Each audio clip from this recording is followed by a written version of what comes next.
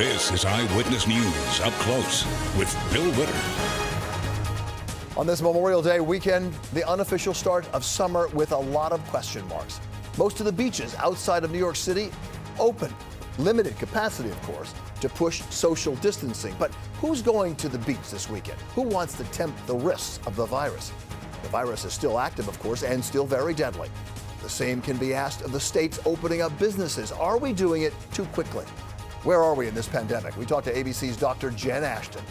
And in Washington, the concern not only about finding treatment and a vaccine for COVID-19, but also over another big relief package. The House passed a Democratic plan with a hefty price tag, $3 trillion. Will the Senate pass anything close to that? Or will it die on the shelf, as the president suggests? This morning, we talked to U.S. Senator Bob Menendez from New Jersey.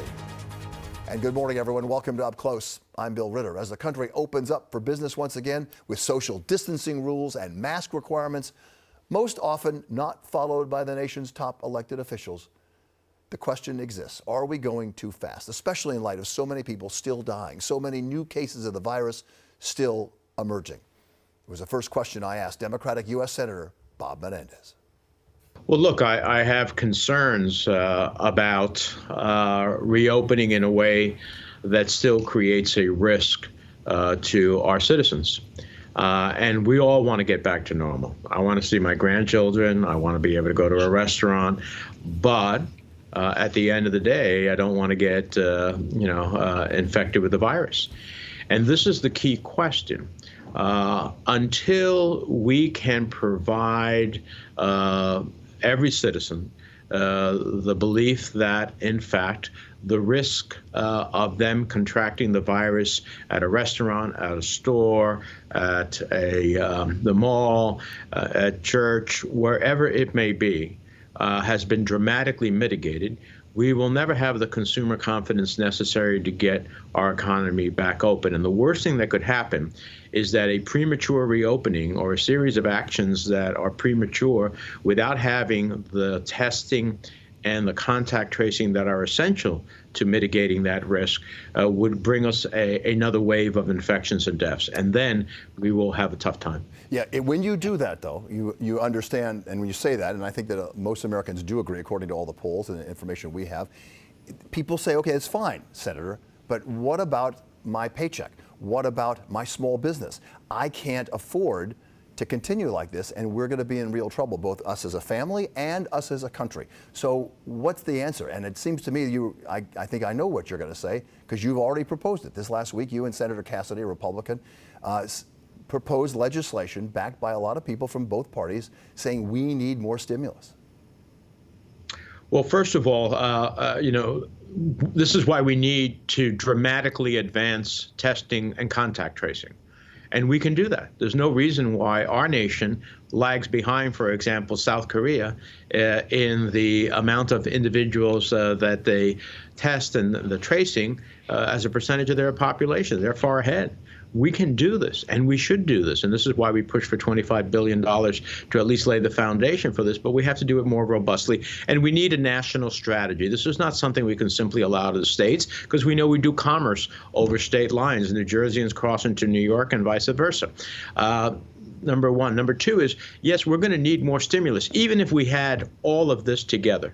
Moody's and other, companies that do a lot of analysis say that even with a rebound, we're going to probably see 10% unemployment in the third quarter of this year. That's normally unimaginable, but we're over 20% now. And so there's going to be a degree of stimulus that's necessary, both to individuals as well as to state and municipalities. And I do think that the legislation, the bipartisan legislation that I've co-sponsored with Senator Bill Cassidy of Louisiana with two other Republicans and two more Democrats on my side, of $500 billion to the states and municipalities is going to be critical to help us move forward on all these fronts. Treasury Secretary Mnuchin this last week on Thursday said, yes, we need more stimulus. He does not believe that the answer is the $3 trillion bill passed by your colleagues in the Congress, which, President Trump said is going to die in your Senate. Well, look, I mean, we have seen this type of language before, only to end up in a negotiated bipartisan legislation, including, the nearly $2 trillion that was passed in the CARES Act.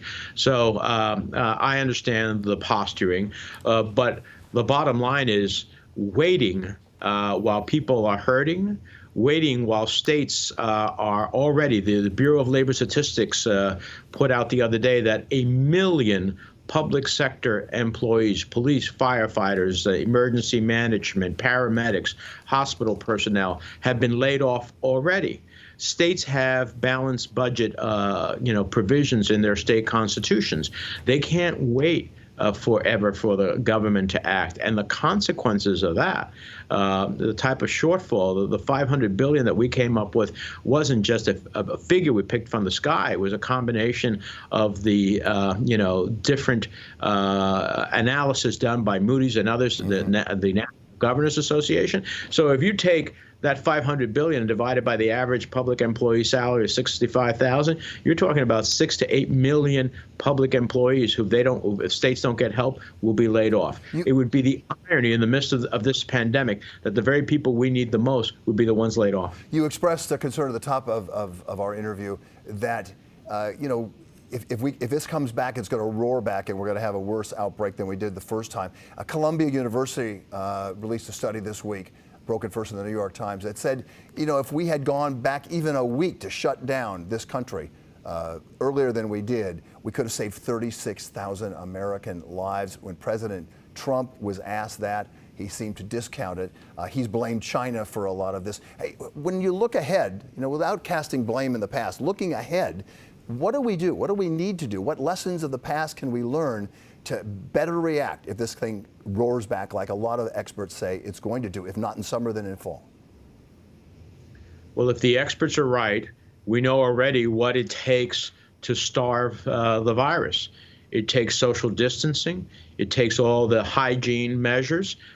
We should be having all the personal protective equipment already up front so that states don't have to compete with each other to get their hospital workers and other critical first responders the protection that's necessary.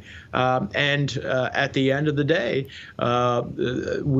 this elements of making sure that we have testing and contact tracing will continue to be an issue, because if you get tested and you don't have the virus, then you can go into the public square.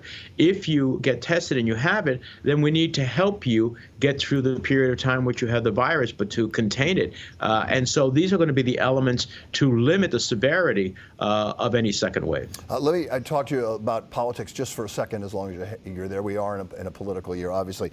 Secretary of State Pompeo, you were under fire by him, who said that you leaked some of this information about why he fired his inspector general, or the secretary, the State Department State Department's inspector general, I should say. I'll get this out. Were you involved with that? And he took a blast at you about your past legal problems as well. How do you view the secretary's position on this, and some of the allegations apparently that this inspector general was looking into, that he used staff, taxpayer paid for staff, for some of his personal errands?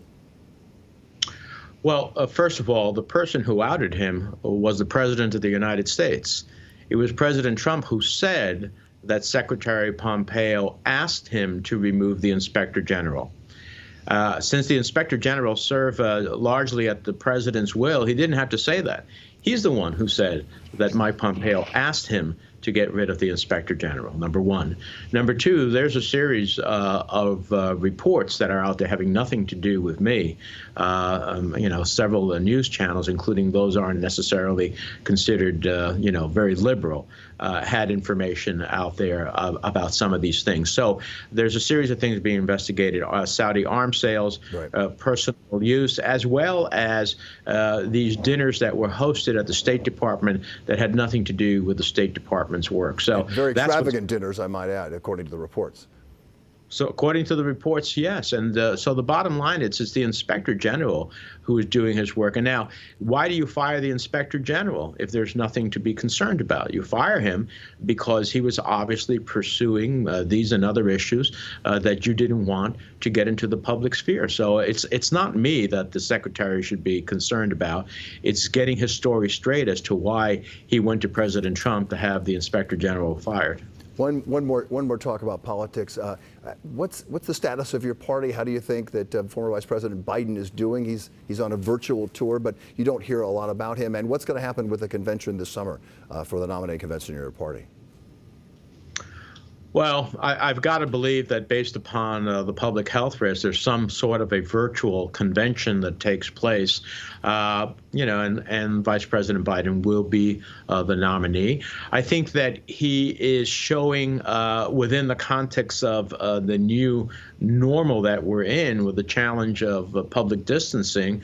I think what he's doing is using every media opportunity to drive a message of what he would do as president to show the leadership that this president has failed to show, particularly in the face of the pandemic, and to show what leadership would be from the United States to the rest of the world. And in that, and most importantly, Joe Biden's touch with the average person is, I think, one of his greatest gifts, and making sure that he continues that touch as to how people are hurting right now, how do we get to this period of time, and what does tomorrow bring is going to be critically important. And I see a rising sun for our country, not a setting one.